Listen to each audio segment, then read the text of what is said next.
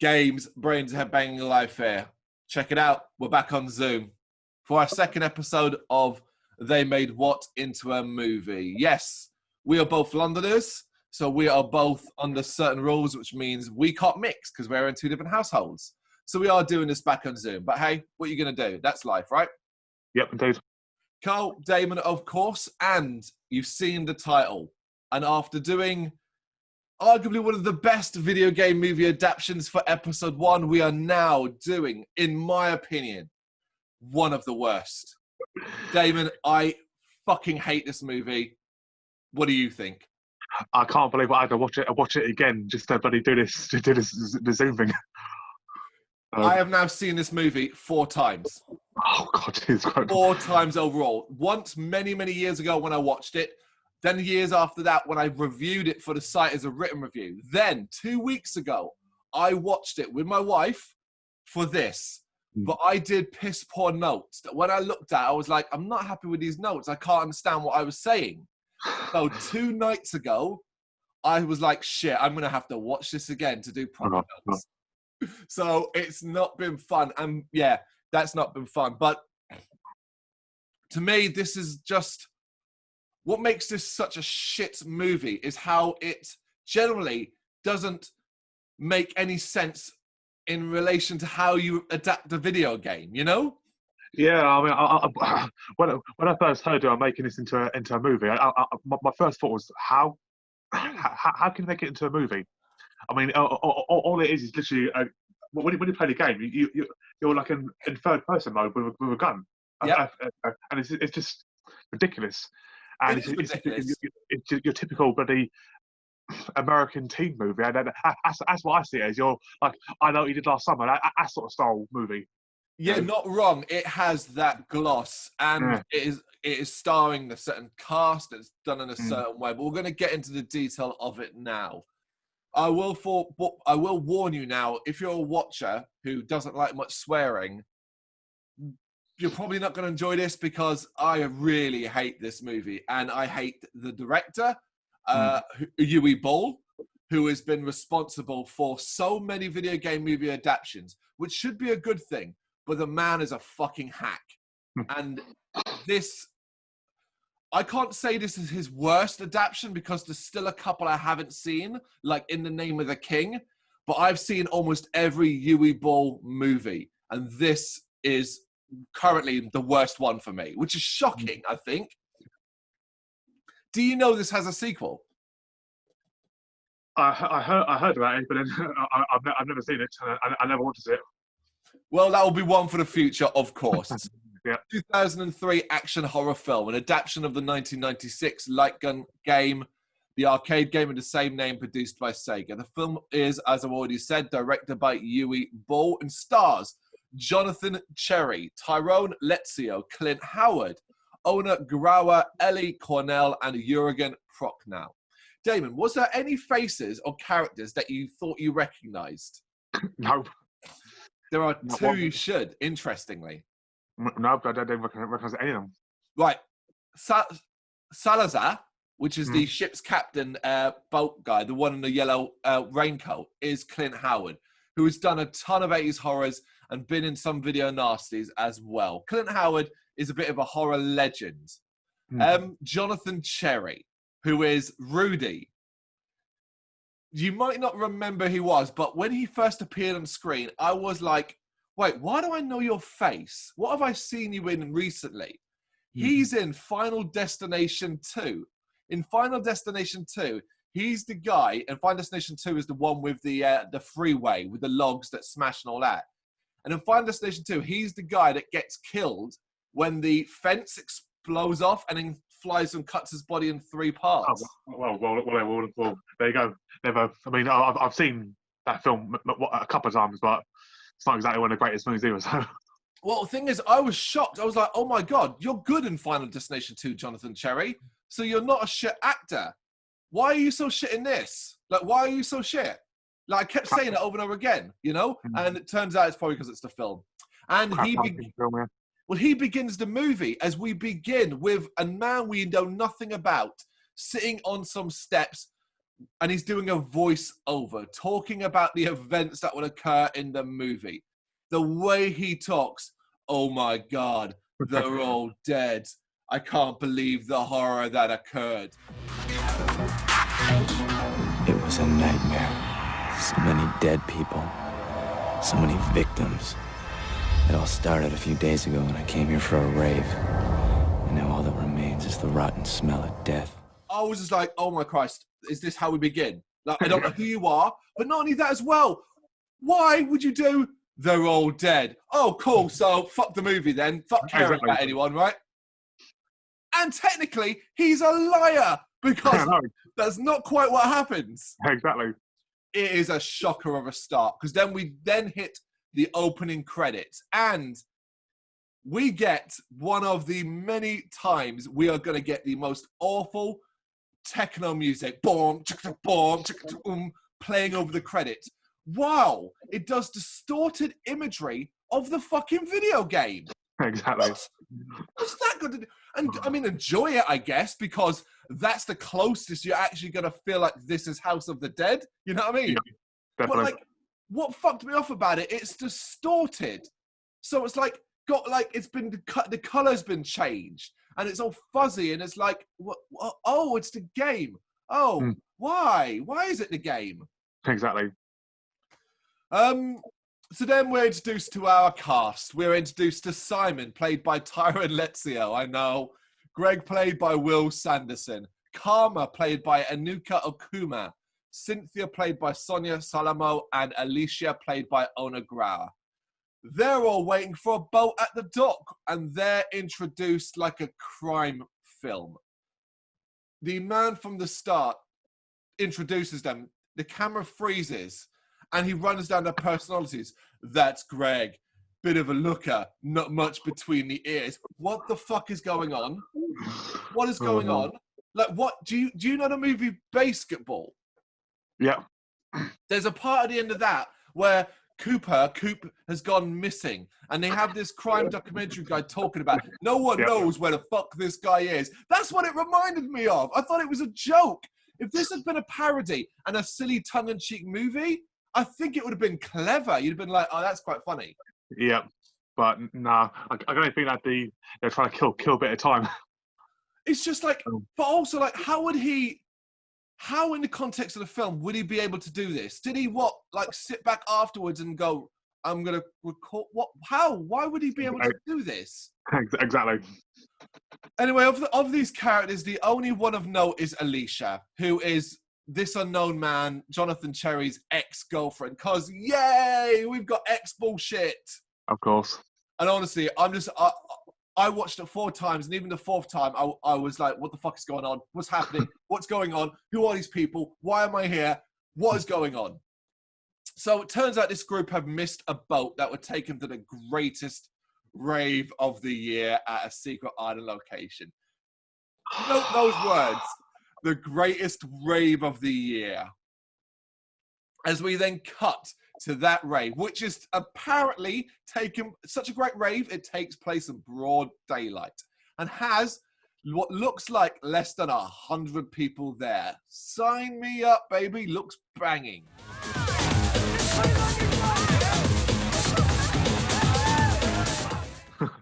Not only that as well, it's mostly made up of a tiny little stage, a massive Sega sign because, you know, Sega, and 2 women dancing like maniacs on stage. Maniacs! Like, I watch them like, Jesus Christ, if you're going to be doing that all night long, you're going to need a break. Yep. I mean, in the background, there are some boobs, if that's your jam. Before we then finally get introduced properly to our voiceover man, Rudy, played by Jonathan Cherry, who introduces himself like the others. The screen freezes again, and he's like, that's me. I'm a guy standing at a rave. If only I'd known the horror. Oh my Christ, what is going on?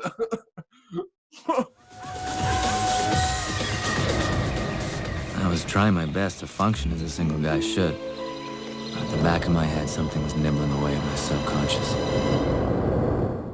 And the worst thing is he acts in his voiceover like he knew, if I knew something didn't feel right. What? How would you You're at a rave and you're like, how would you know? yeah, I've got this feeling that not only are zombies going to attack, but it's going to be related to some ancient Spanish doctor who created a fort. Shut up, mate. You're full of shit. You don't know nothing. The Dock Dwellers, our gang, they end up talking to Captain Victor Kirk, played by Jurgen Prochnow, they talk him into taking them to the island for a price. This scene should have been 10 seconds long. Hey, guy, can you take us to the island? Sure, but you'd have to pay me. Okay, this scene is an hour long. It's not an hour long, but it feels a fucking hour long. Because of I won't go to the island. It's the island of death. All right, how much? 500? No. 1,000? Okay. Oh, no, here comes the cops. Another 1,000. Okay. I mean, Jesus, guys, just do it and let's move on. Which, the island is called Del Morte, Island of Death. I mean, what an original name, right? Yeah, typical bloody... typical Scooby-Doo style bloody American film. Scooby-Doo, exactly that! It's ridiculous. Fantastic, what great reference point. Scooby-fucking-Doo stuff. Oh no, don't go to the island of death, there's monsters there. And then off go the gang and discover it's fucking Yui Ball in a mask. You know what they call this island? Isla del Morte. Morte. That's Spanish for death. So, Captain Kirk, he takes money to go, but Salazar, played by Clint Howard, isn't particularly happy about it. And it turns out Captain Kirk, get it? Captain Kirk, get it? The film really wants you to get this. Anyway, Captain Kirk and Salazar are smugglers, and they're about to be boarded by the local police. However, the group pay him to escape the police, who are led by a woman called Ellie Cornell, played by Jordan Casper, who I really wanted to like in this movie, but ended up wishing death upon just as much as the rest, Yep. She and her deputy end up pursuing Captain Kirk and the rest to the island. Now that's mostly our entire characters. Is there anyone you did actually like from this bunch? No. Really? Okay. I can't believe I was forced into watching it for a second time. Well, I watched it literally about I don't know how many years ago, and then the fact that I watched it on YouTube too. Oh, cool. So literally, it was literally like a 30-minute video, then a 30-minute video, then a break. But yeah, see, I paid for it too on Amazon Prime. No, I'm too cheap. I wasted my money. No, I asked because if there's one character that I kind of like to a point, just because I enjoy his matter-of-fact speaking, it is Captain Kirk, Jurgen Prochnow. I think he might probably be the best actor. And don't get me wrong, when I say best, this is not something you'll enjoy. But I think he kind of knew the movie was bullshit and decided, all right, I'm just going to be saying my lines and getting out of here as quick as possible. And because he's not really trying, I think it's more enjoyable because the ones that try are incapable of doing what's required of them. So, where are we? Right, back on the island. We get two random teenagers because it's, as Damon said, American Pie. Looking to fuck. So they go to a beach and the girl decides she wants to skinny dip, because that's what you do. Like, hey, let's go to the beach and let's get it on. Oh no, I'm going to go into this ice cold water because, it's the fucking sea. More boobs for the horny watcher before she ends up being attacked in the water by something unseen. She gets out of the water and the guy's gone. So what does she do? Wander through the woods, calling his name. It's Blair Witch. On the boat, we get lots of back and forth between our characters. We do get a vomit gag with one of the characters.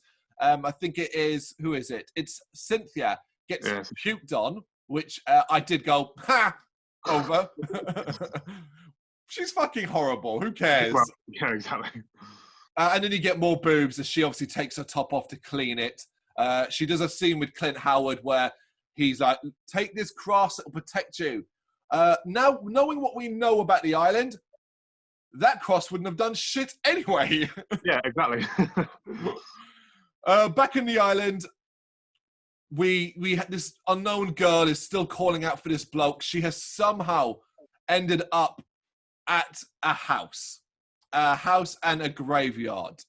Now, this is important. This house is clearly supposed to represent the titular house from the game. But from this point onwards, I will not call this a house.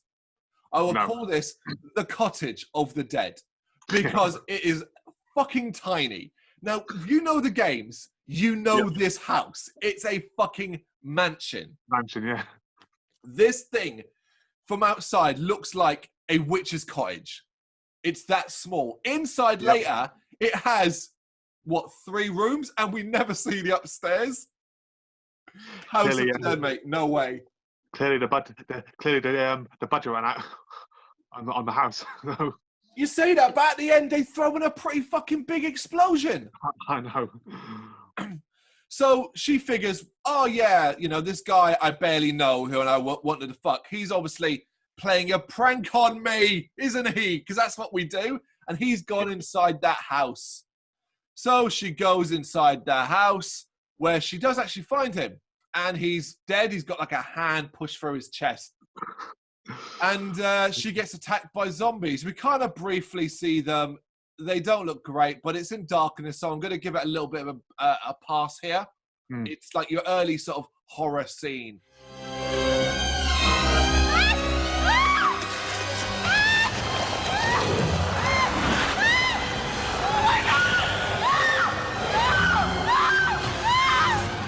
Yeah. I will note here, the music in this movie is fucking horrendous. It is predominantly techno. Yeah. But it also has these weird horror ones where it's like, and there's one here. And I thought something else was playing in my office that was making that. Because I was like, wait, what? Oh, that's from the film. Oh, for God's sake. Like, what the fuck? What's he doing that for? That's not scary. Well, I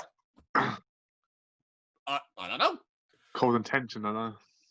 Anyway, it's also here that we get one of the first things that are going to happen constantly throughout this movie, which is, the screen wipes where it would go from one scene to another. Yep. Yui Ball wanted to obviously go like, this is a video game movie. I can't do a German accent. Fuck that. But he wants. So what I'll do is I'll do a lot of my screen wipes where it's a second or 2 seconds from the game. And it always made me go, well, like not jump, but like go, oh fuck, oh, what happened there? Oh, it was the game. Yeah, exactly. And it's just like, what the fuck is that? Why are you doing that? Like who, if they never played the game, right, and were watching this movie, is going, oh, I'm going to go check that game out because you showed me 2 seconds of it. You wouldn't. Absolutely not. Then we see another couple getting down and dirty in the middle of the woods, and they then get attacked by the zombies, which I believe is to imply that, like, the zombies are now going to destroy and attack the rave. Like, here's some people that are nearer the rave, that sort of thing. Yeah. We never actually see that. We see the aftermath, and we see a little brief bit in, like, a video camera, but we never actually see it. We then get something actually good about the movie. I know, something actually good. Which is some really lovely sweeping helicopter shots of the island. And the island is very nice looking, very cool looking. Reminds me of one of these sort of Jurassic Park style islands. Yeah. Yeah, definitely. I mean, it definitely worked on that bit. They did, absolutely. It's a pretty place. And our latecomers arrive and they dock at a random beach. The cop, Casper, we hear her talking on her deputy from a distance, and she decides to dock at a different part of the island to basically go and catch Kirk in the act, which makes no fucking sense. If you were trying to catch a smuggler, you wouldn't be like, I'm going to go around the other side and then sneak up on him and catch him in the act, because what you'd know you're doing is giving him a chance to dump his smuggling stuff. Exactly. Now, all he has to do is take it off the boat and leave it on the island, and even if she then finds it, he can go, I don't know anything about that. But surely if she's following him, she would already know that he's got a warrant for an arrest. So surely you'd have something, right? But not, Exactly. not only that as well, you could then literally, you're right behind him. If you find us smuggling stuff on his boat, Oh, you yeah. have him banged to rights. Fucking stupid. It's just so they can have her appear later in the movie with a gun. Of course. The rave is so poorly organized. Now, I realized they didn't dock at the official dock area, so maybe that's why they can't find a way. But basically, this group, so desperate, this is the thing. These aren't children. These are young adults. Are so desperate to get to this rave that they're happy enough to just trek through the woods with no actual, like, no directions. They have not, they don't know where it's going. It's not even like you can hear the music, because obviously that's quite important in a bit. But they are like, yep, let's go to the rave. Maybe it's in this direction. You know? The fuck? It's stupid. Kind of reminds me of an episode of Family Guy where Peter walks into the woods and he's got like one way is full of bears, one way is full of dark woods, and one way is full of butterflies, and he obviously chooses the bad way. Of course. Absolutely. Salazar then points out to Kirk that a storm is coming. Do you get it, Damon? Do you get it? Yeah. Not just talking about the weather, a storm. No, exactly. That is, you know, so cheesy. You know, your Halloweens, your Friday the 13th, your Nightmare on Elm Street, your Candyman, the greatest horror movies in the world. Fuck all that. You ignore House of the Dead, a storm is coming. So our gang, they arrive at the rave, and it's now nighttime. Apparently, they trekked for hours because it's now nighttime. We have no concept of time in this film. We generally don't. It looks like when they arrive, the sun is in the, not even like high in the sky. Like it's probably... oh, actually, no, tell a lie. They do mention it at the start. They say they're supposed to get on the boat at 5 o'clock and it's 5:15. Yeah, yeah. I suppose it could be night. I'll give them that, actually. If it took them, I don't know how long it takes to get to the boat. But yeah, you know, if you were like, say it took them an hour and then it was an hour trek, it'd be like 7:30. I don't know what. I guess Yeah, but then it's got to be summertime, right? It's got to be summer to do a rave on the island. You'd think so, yeah. So then it's not getting dark till after 9. Exactly. Oh, you know what? We're overcomplicating this. They find the rave a mess and there's no one about. But rather than think that's strange, they're like, yeah, man, let's start partying. It's only Alicia that sort of goes, don't you think it's a bit odd that no one's about? And it's like, yes, that's very odd. This is supposed to be the rave of the year and no one's here. Yeah. Also, it looks like it was attacked as everything has been knocked to shit. But no, fuck that. Let's drink some beers, bro. Fucking idiots. Cheers. Chin chin. Salud. L'chaim. Well, what the fuck? Doesn't this bother any of you? We're on the island where the rave of the year is supposed to be happening, but it's completely deserted. Yeah, it worries me. It worries me they don't have any mixers. Simon cannot survive on butt alone. To me, it's clear at this point, characters are of no importance in this movie. What is important is that we already know they all die. So why the fuck would you care about this lot? Well, like, they're at the rave, and I'm like, well, I know you're all going to die, so can you hurry up and die, please? Exactly. You know? Back at the boat, it's now storming, which is really odd. So this island must be fucking humongous, because apparently it has different weather for different parts of the island, because it is storming at the boat and bone dry at the rave. Do you see what I mean? Like, I know you can get different weather patterns like in a close proximity, but like it's like, okay, completely different, you know? Salazar's unloading heavy boxes. That's it. This movie does this, where it would cut for 10 seconds to something and nothing happens. It's literally Salazar going, lifting a heavy box, and then it's like, I'm waiting for something to happen, and it's like, oh, nothing. What? All right, okay. Yeah, why did we even bother? Back to the sheds at the rave. 3 of them are now going to go look for the missing ravers. I didn't even get that. I was like, what do you mean look for them? Like, for all you know, there could be like the rave could be split into sections, and now it's like a different part of the, like, you don't know where you're going. Exactly. You don't know where you're going. And it turns out their idea of looking was to just go in the woods and go, hello? 2 decide to stay to do, you know what? Bow, chicka, wow, wow. Because, you know, of course, why not?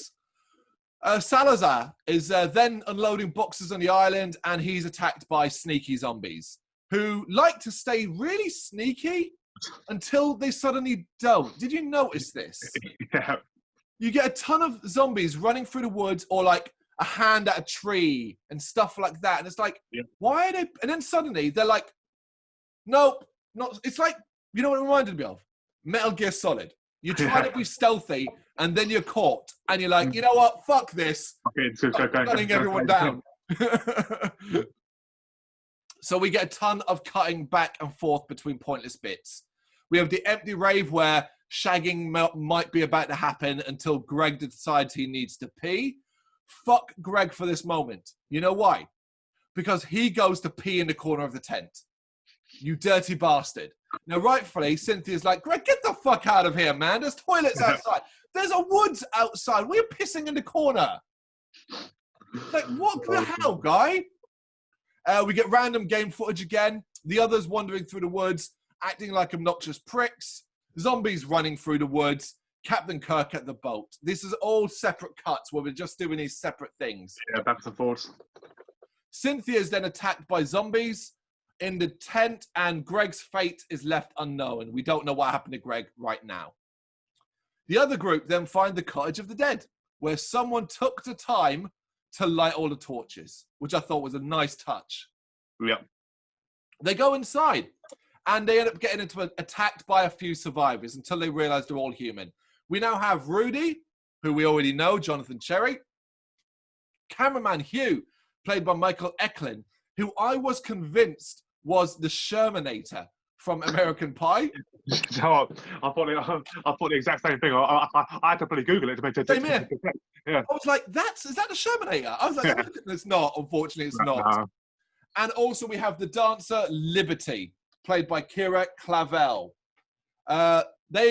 The others ask what's going on, and rather than tell them what's going on, they're like, I'll show you. So they show some of the footage of the rave on a camera, a handheld camcorder, which shows some zombies attacking the rave. It doesn't look good at all. Rudy continues to suck this movie dry, to suck my soul dry with monotone dialogue, and says excellent things like this. When one of the characters goes, who are they? He goes, who? Try what? Oh, fuck off, man. Them. Who the hell is them? Who? Try what? He's got to act all suspense and make it all scary and stuff like that. But it's like, what? Don't do that. And then he also have the audacity to reference Romero movies. As if this is some sort of clever, like, oh, zombies aren't real because Romero movies. And it's like, oh, fuck. And the guy, you know what, shows the timing of this movie, shows how old this movie is. The guy goes like, oh, yeah, the great trilogy of the dead. I hear he's going to make Twilight of the Dead one day. I don't think it'll ever fucking happen. And it's like, mate, he made Diary of the Dead, Survival of the Dead. What else am I missing? And Land of the Dead. Land of the Dead, yeah. Yeah, so there's like 6 of them. But take Romero's name out of your dirty fucking mouths. Now we get the moment where I almost threw what I was watching this on across the room. I wished death upon a character like I've never wished death upon a character. Like the fact as well, he doesn't die until the very end. Fucking annoyed the piss at me. As Simon decides to refer to himself in the third person, saying, Simon says we need to get out of here. You know what? Simon says let's get the hell out of here and let the cops ask questions later while we're kicking it back in Seattle selling our story to the Inquirer. Sounds great. As soon as he said it, Damon, I went, you better die in the next minute, you fuck. Who does that? And I get it, his name's Simon and Simon says, but like, the fuck, how obnoxious is that? And I'm supposed to like you. Like, I didn't really have a problem with Simon up to this point. From that moment, everything that happens in this movie, I was like, yay, Simon's gonna die. I suppose I remembered his name after it. Can only hope the actors and the actresses got paid well for this movie. Oh God, you know what? They don't deserve it. They don't. They don't deserve it. No one. They should have all had to pay afterwards. Pay. The two groups argue about what to do. Alicia wants to go get Greg and Cynthia, which is completely fair. They're their friends, right? Yep. Or some of the others just want to go to the boat and leave. Rudy, who is now apparently the leader, says, we're going to go get the other two. And the rest, right, don't go, no, mate, no, you're all right. Crack on. I'm going to the boat. They go, okay. Or get up. No argument, just get up. I'm like, yes, Rudy, you're the boss. Exactly. Apparently he's the leader. Mm. Where are we? We then go back to Kirk for 10 seconds, who sees zombie, and we see zombies are heading to his boat. Before we're back in the woods and about to deal with X bullshit. Because remember, Alicia and Rudy are ex-boyfriend and girlfriend. Yeah. Alicia is apparently jealous because she thinks Rudy is with Liberty. And I wrote literally down, fuck off, fuck off. I just don't want this. Do you want this? Because I fucking don't. Again, I'll say it is a typical American movie with there has to be either sex, killing, relationship stuff. It's in every single like bloody American Pie. I know you did last summer. It's the same sort of crap. It's a killer with sex, with boobs, with all that. Though. Right, stop referring to I Know What You Did Last Summer. That's a good film. It's a good film. It's a very good film. Don't get me wrong. You know, but it's still got the same sort of basic principle. Yes, slasher fare, urban legend, stuff like that. Yeah. I know exactly what you mean. This is setting up, these characters are set up like it's a slasher movie, yet it's not a slasher movie. It's an action movie. Exactly. They arrive back at the rave, and Alicia still doesn't actually believe it's anything but a practical joke. They end up hearing a noise from a portaloo that is on its side, and they open it and find a shit-covered Greg inside. Now, I thought this was hilarious because apparently this portaloo is soundproof. Like, Greg didn't think to sort of go, hello, it's me, Greg. So they act like it's going to be a scary moment because like portaloos are soundproof. And I've used portaloos at many festivals. They're not soundproof. They're not. But also, considering what has gone on, this is an opportunity for everybody to make jokes about the fact that Greg's got poop on him. Yeah, gravity of the situation. They then go, where's Cynthia? Before she randomly comes running from behind a tent because she was apparently waiting quietly for this moment. Yep. As a zombie. She kills Hugh because, wow, everybody loved Hugh, who gets his neck snapped, before she is then shot by Casper, who's arrived at the rave with a gun, and she shoots Cynthia. Now, right. This is hilarious. If you watch carefully, you can see that before Cynthia is actually shot, the wires that are pulling her back to fly do it about a second before she's actually shot. Her feet are already leaving the fucking ground. Oh, wow. It actually happens. I didn't see that.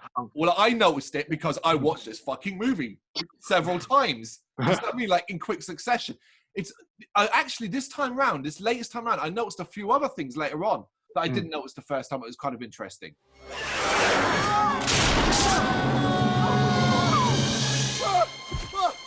Where the fuck did that come from? What is this gun? What is this gun that it can launch people in the air?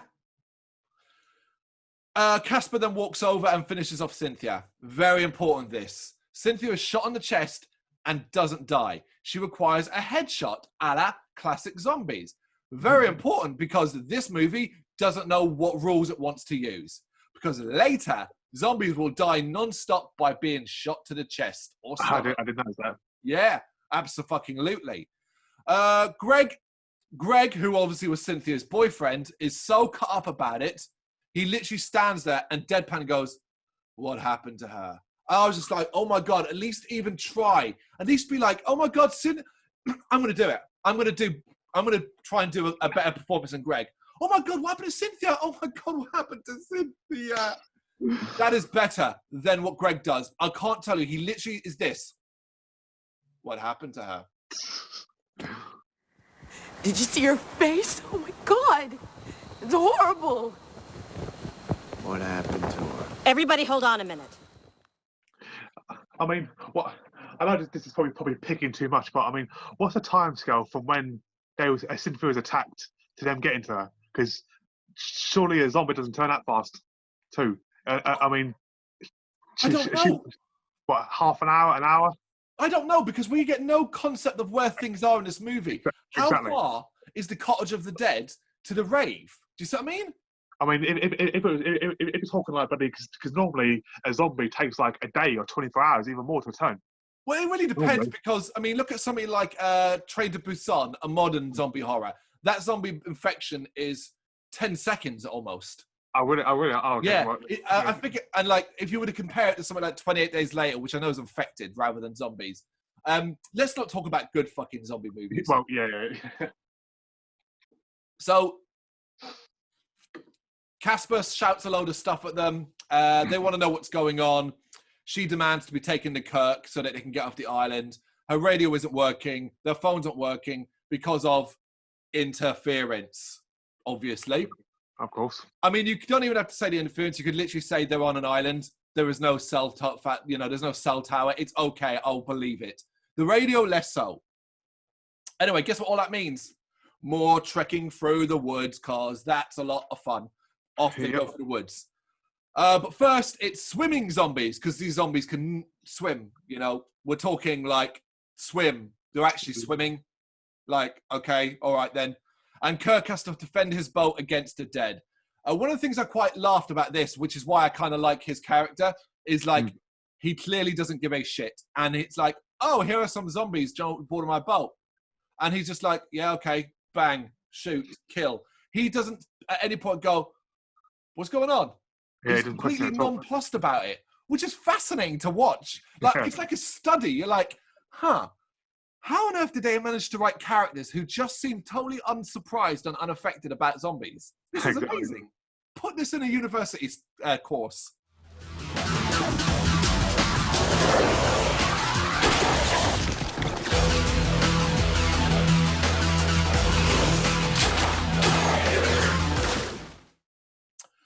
The others arrive at the docks.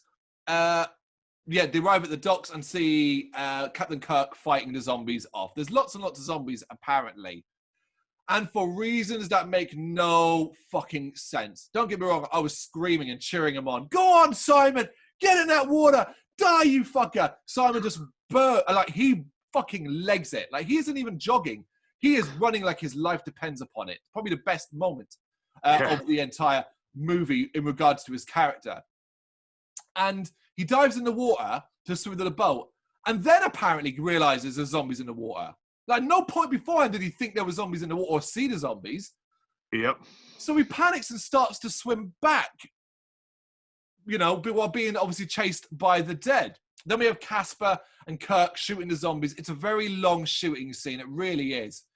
There is one, right? Check this. There was one really good shot in this moment. I know I'm about to praise the movie. He does an underwater camera angle where you can see the bullets going in the water. Zoop, zoop. Love it. Looks great, right? It was probably the shining light of the movie. It's probably the best action part of the movie, I think. I think that's about it. Liberty then, for some reason, gets in the water with a knife as if she's going to rescue Simon. Bear in mind, she just met this guy a minute ago. Yep. And she ends up being attacked, but she's able to fight them off, and it's that stuff, that kind of thing. Of course. Then the group at the dock come under attack by zombies. Now, this to me is the first time we really properly see the zombies, because it's a bit better lit, and they look fucking awful. Yep. They look like zombies from a 70s low-budget horror movie, They look worse than zombies from Zombie Flesh Eaters, the classic Fulci video Nasty. That's how bad they look.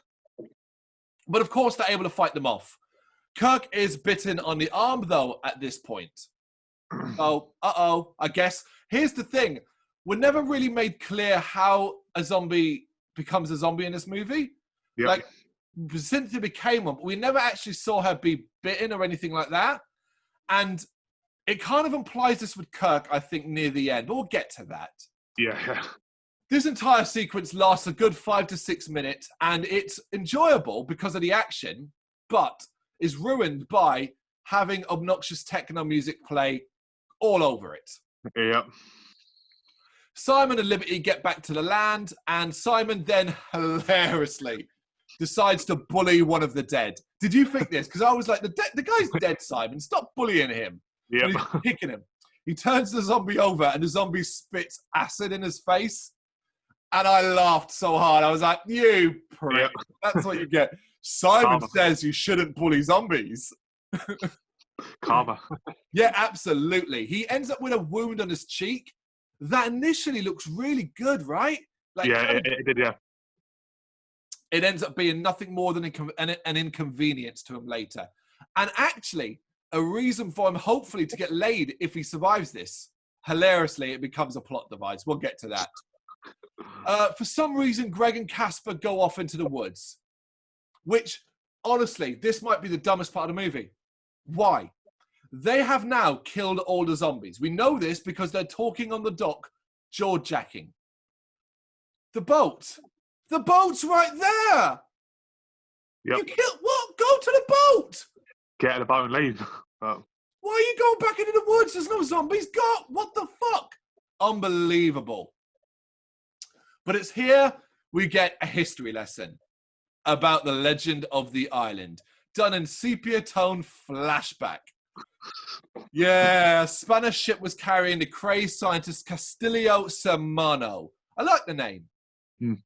Played by David Palfy, who is probably the best actor in this, trying way too fucking hard for this movie.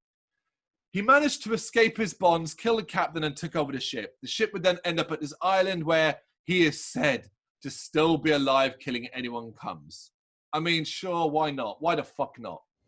Are you afraid, Captain?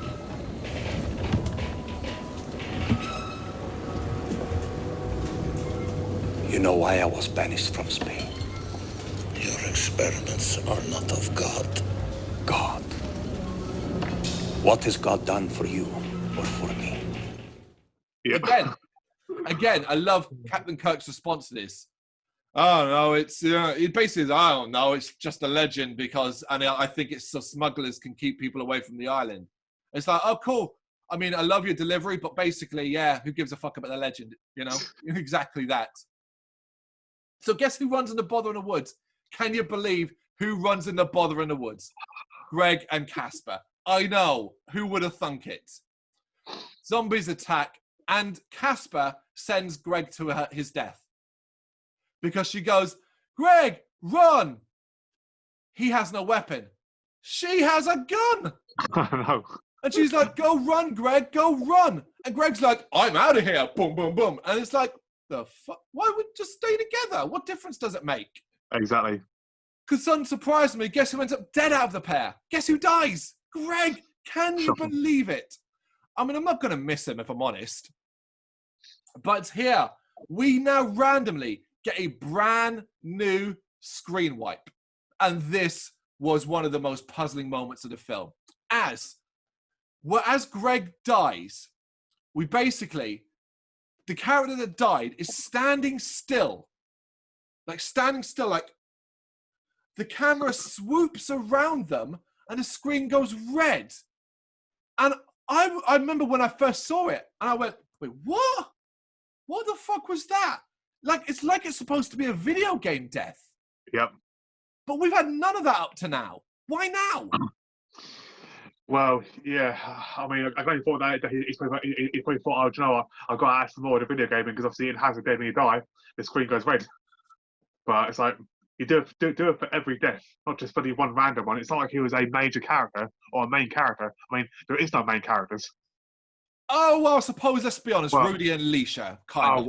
Yeah, I suppose it, yeah. But You know what the actual real reason is, though? And you know this, because we're coming to it soon, and we're going to talk about it in a bit. Is Uwe Ball had a particular style of filming that he loved in this movie, and he wanted to get his money's worth of this style. So he was like, I'm going to do it here as well.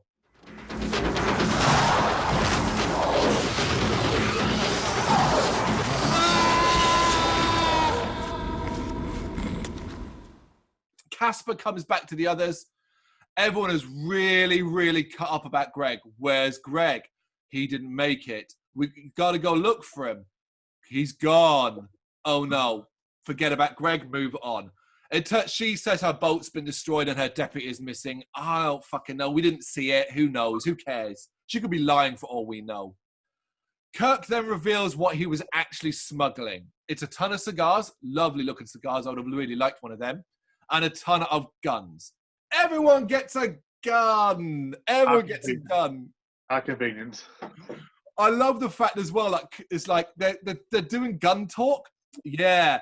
Oh, Desert Eagle, good choice. I like your thinking, girl, and stuff. It's just awful.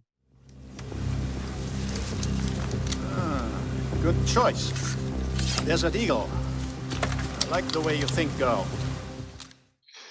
What a shame he didn't reveal it before Greg decided to walk into the woods surrounded by zombies. Right? Like, hey, Greg, it's a machine gun, it's a shotgun, it's a bloody whatever. They waited for this moment. You're well put, exactly right. Here's a gun, have fun.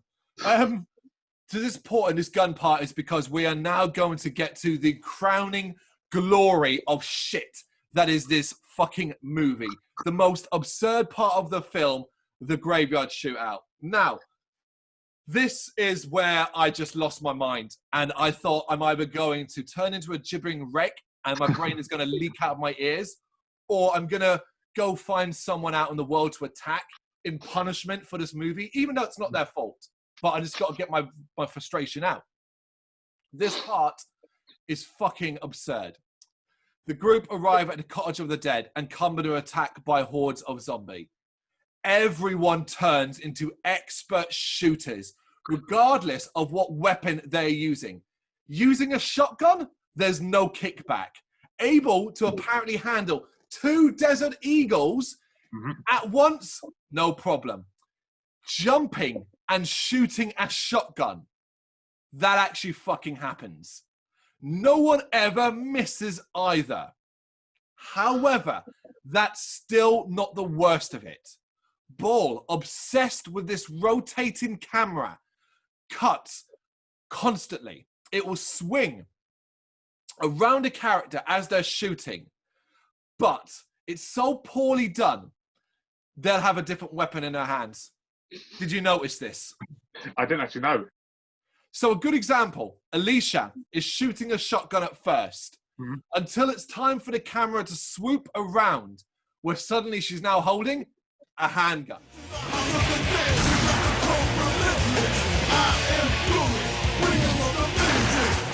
Oh man, I'm gonna go back and watch that now. Let's have a look. Liberty is using a handgun, but when it comes to the swooping camera shot, you know the part where she does the Matrix? Oh yeah. She's not holding any weapon at all.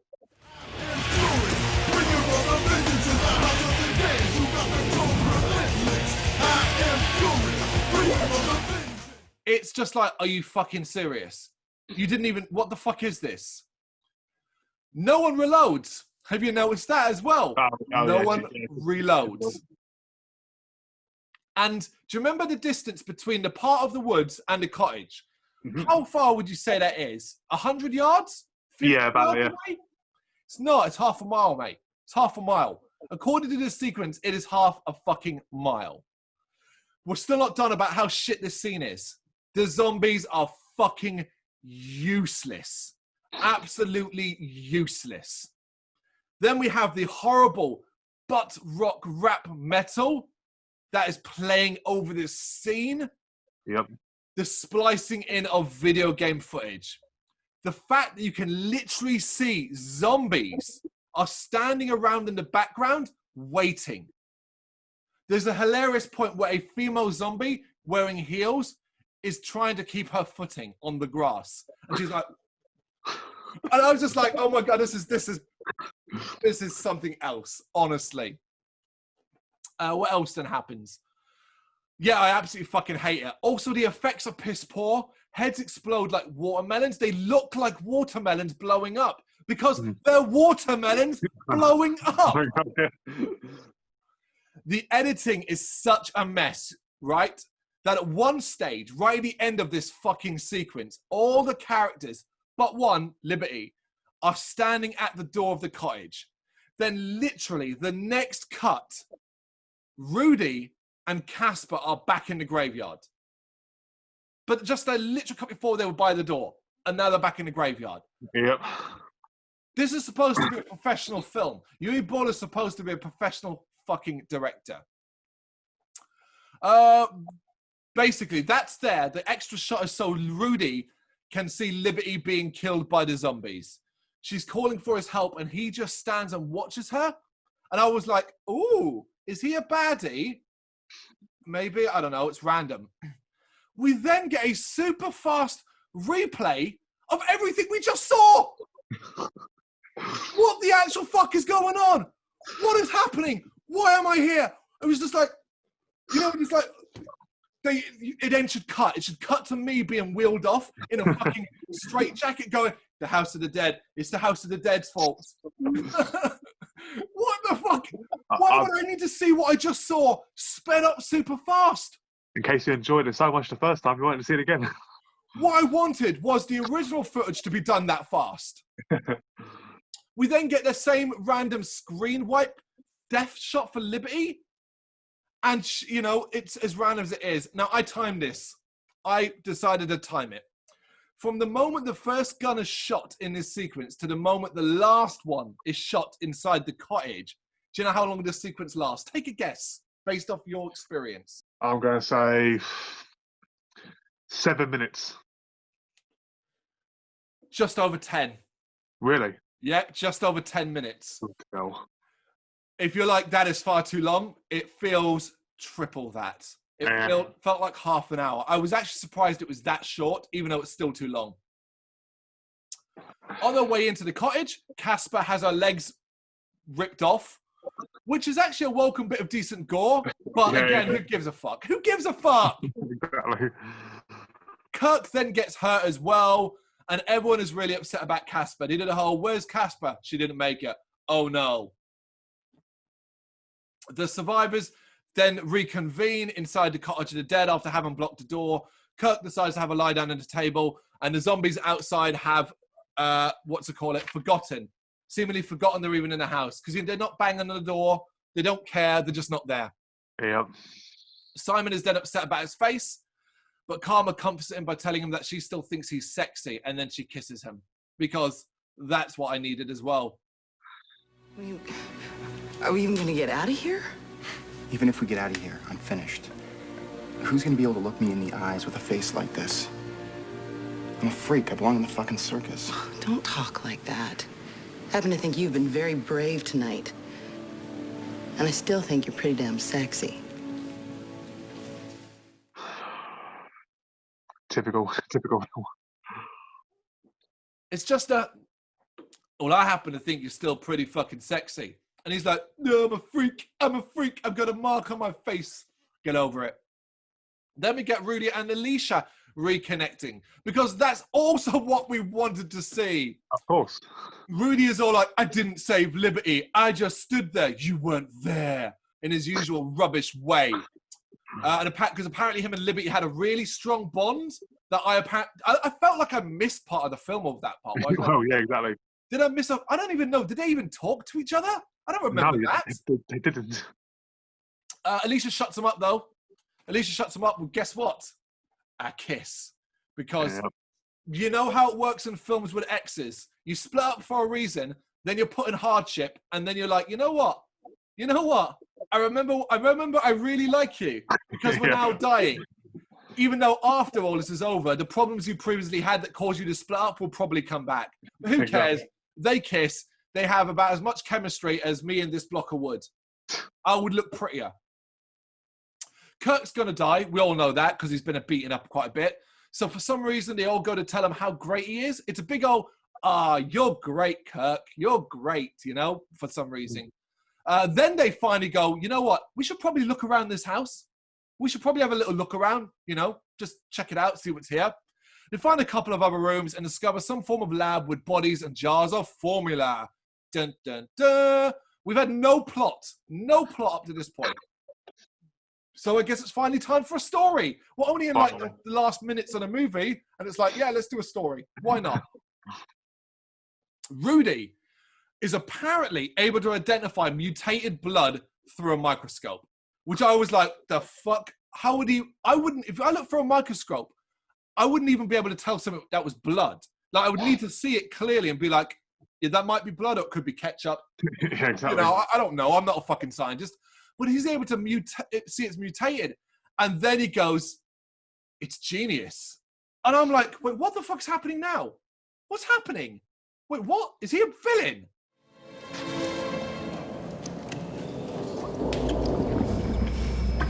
It's blood. It's blood? Yeah, but it's not human though. It's like it's been mutated. I've never seen anything like it before.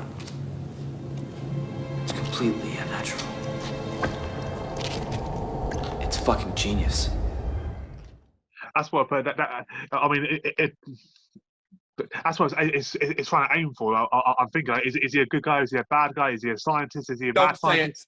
it. Don't say it. We're saving that reveal. We're saving that utter stupid reveal for the end. Kirk then hears Salazar whistling outside, so goes to look for him for some reason. He finds that Salazar's a zombie and shoots him. Once again, we get that confusing what rules are there, because Salazar doesn't die instantly from a shot to the chest. He's still alive. Rudy then goes to find Kirk outside. And I do like this line, this part here. As Rudy's like, hey man, come, like they're gonna get you. And you notice that none of the zombies are actually attacking Kirk. And Kirk says, I'm already dead. And obviously they're not attacking him because he's already becoming one of them. Yeah. So I was like, okay, that's cool. But Kirk, in possibly the biggest dick move of the movie, lights a stick of dynamite to blow himself up and obviously some of the zombies. Except he also blows up the front of the fucking cottage, the door and everything. Cheers, Captain Kirk. Thanks for that. So the zombies are able to get in. The final 4 survivors run back into the lab area and discover that the watery liquid that they call blood, they call it blood, it's watery red liquid, it looks nothing like blood, actually is what reanimates the dead. Because it spills and it reanimates some of the corpses inside the lab. They're now kind of stuck between 2 sets of zombies, one in the lab, one on the other side of the cottage, and they're in this room like with dried gunpowder and stuff like that. They find the trap door, and no, Simon is grabbed by zombies. Now, I laugh my head off here because, did you notice, he doesn't even try to fight them off. He just goes, he's not like, get off me. I know, Like, and of course, he decides he's going to go out in heroic fashion. So the others get in the trapdoor and he shoots the gunpowder because that's how it works. Shoot gunpowder and it explodes. Of course. That's how it works. You know what fucks me off about these 2 big explosions in a row? Everyone is like, I want to be a hero, but risks killing everybody else. I want to be a hero, but I'm taking you with me. Exactly that. This, if we're to kind of buy into the fact that shooting gunpowder is going to blow it up, right? There are 4 or 5 barrels of gunpowder. I'm surprised the entire island didn't go up, you know? So yeah, they're running and it's no and all that kind of thing as it blows up. Now here's the thing. We get an exterior shot of the cottage. Poof. I think it's a good explosion. Probably one of the best scenes in the movie, to be fair. There's only one problem. It doesn't destroy the house.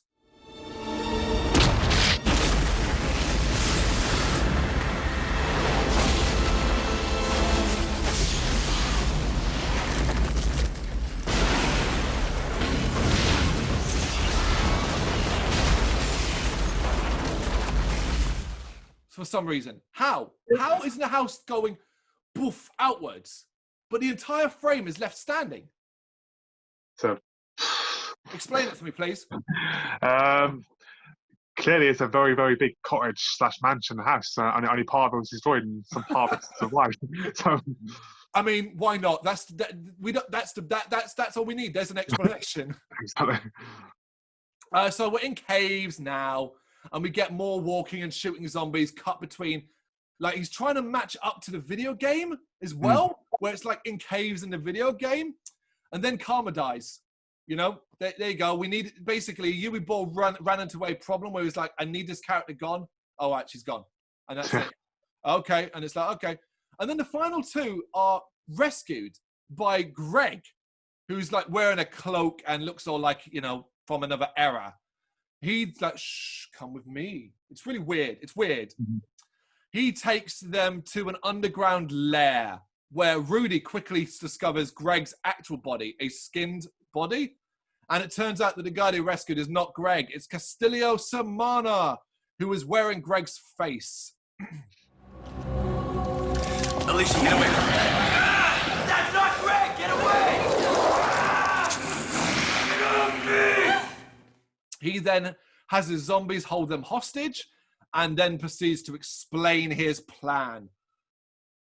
We then get the whole villain explaining what's going on. Sort of. Yeah. He basically says he created blood that can reanimate the dead and that he used it to make himself immortal.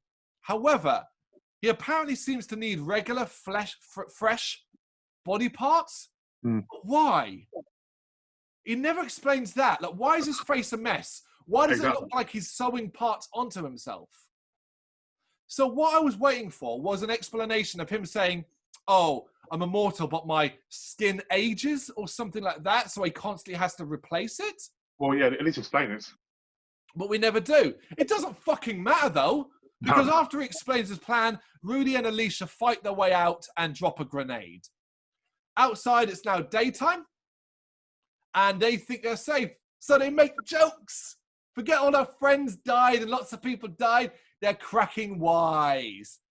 But Castillo is still alive. I mean, he is immortal, so it makes fucking sense. Yep. Remember that, though. We're going to come back to immortality at the end. Mm-hmm. We then get a fight scene. Fucking hell, we get a fight scene with weapons. That fucking swooping camera going around. I was just like, good God. Busy,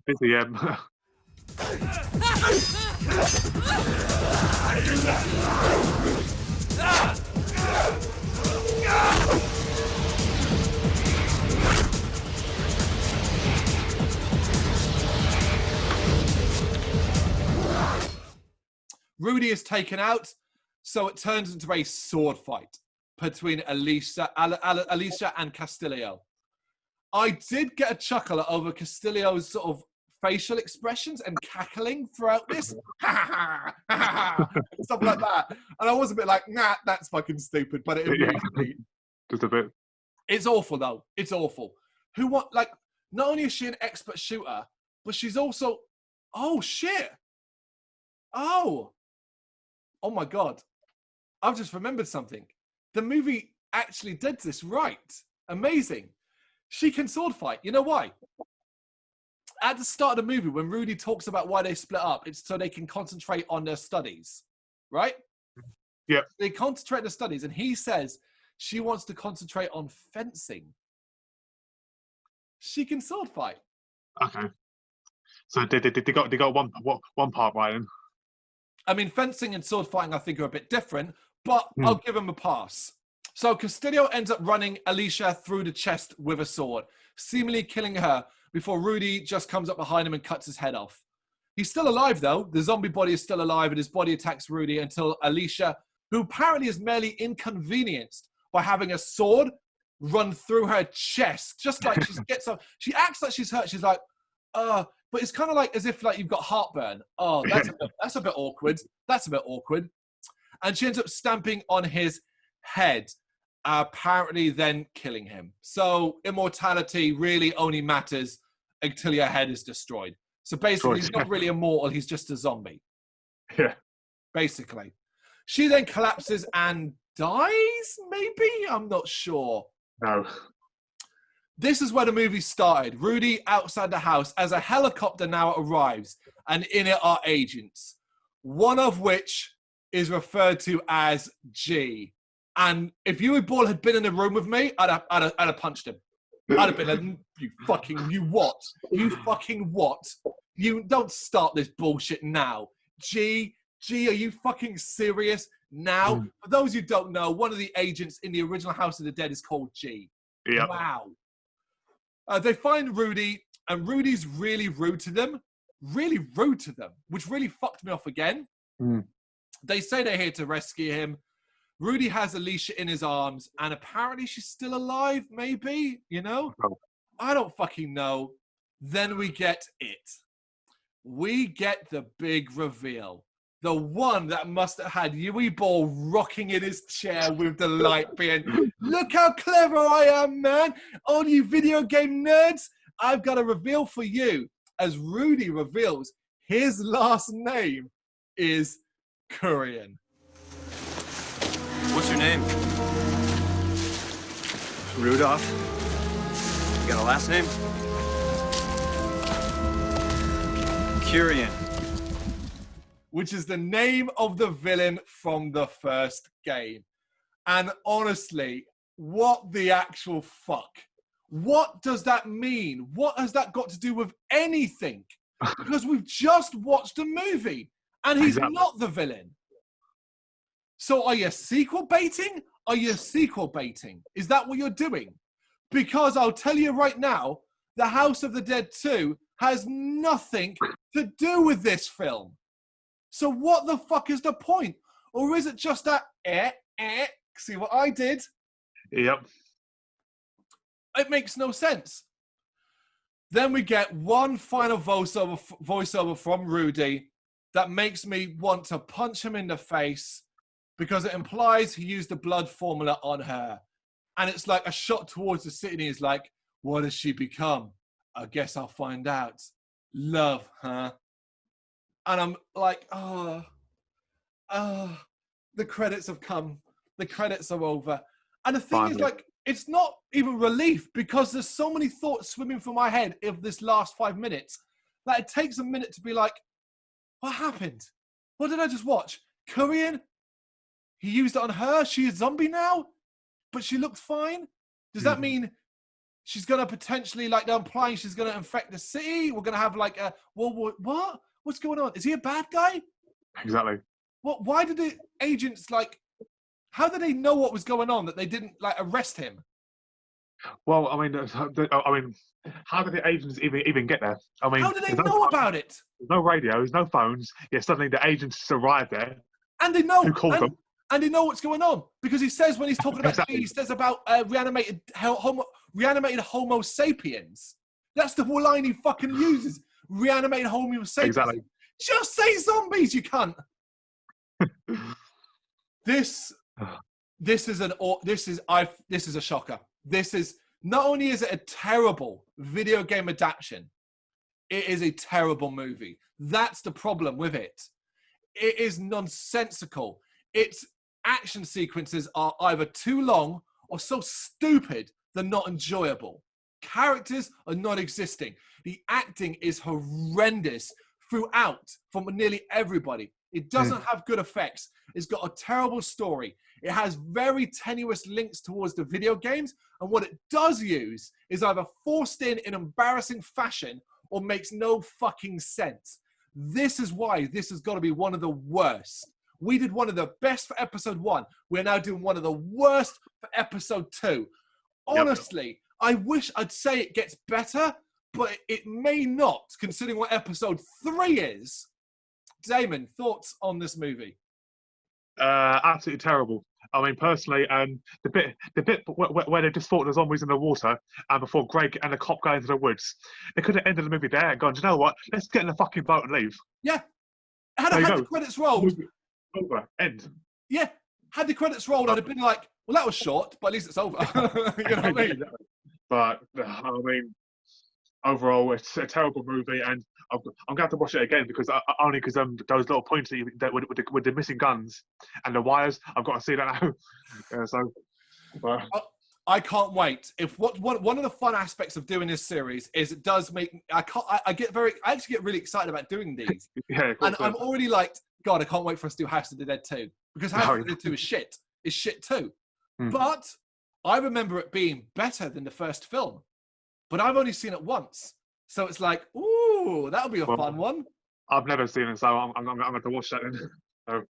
There you go. There's our They Made What Into a Movie of The House of the Dead. Of course, let us know in the comments. In fact, if you like this movie or you can find reasons to like it, tell me.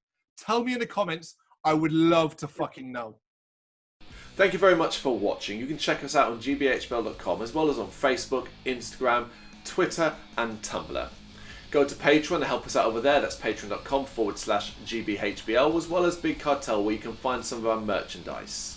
We have a podcast running on SoundCloud and Apple Podcasts. And of course, if you like this video, do us a favour, hit the subscribe button and help the channel grow. Games, horror and heavy metal. What else is life for?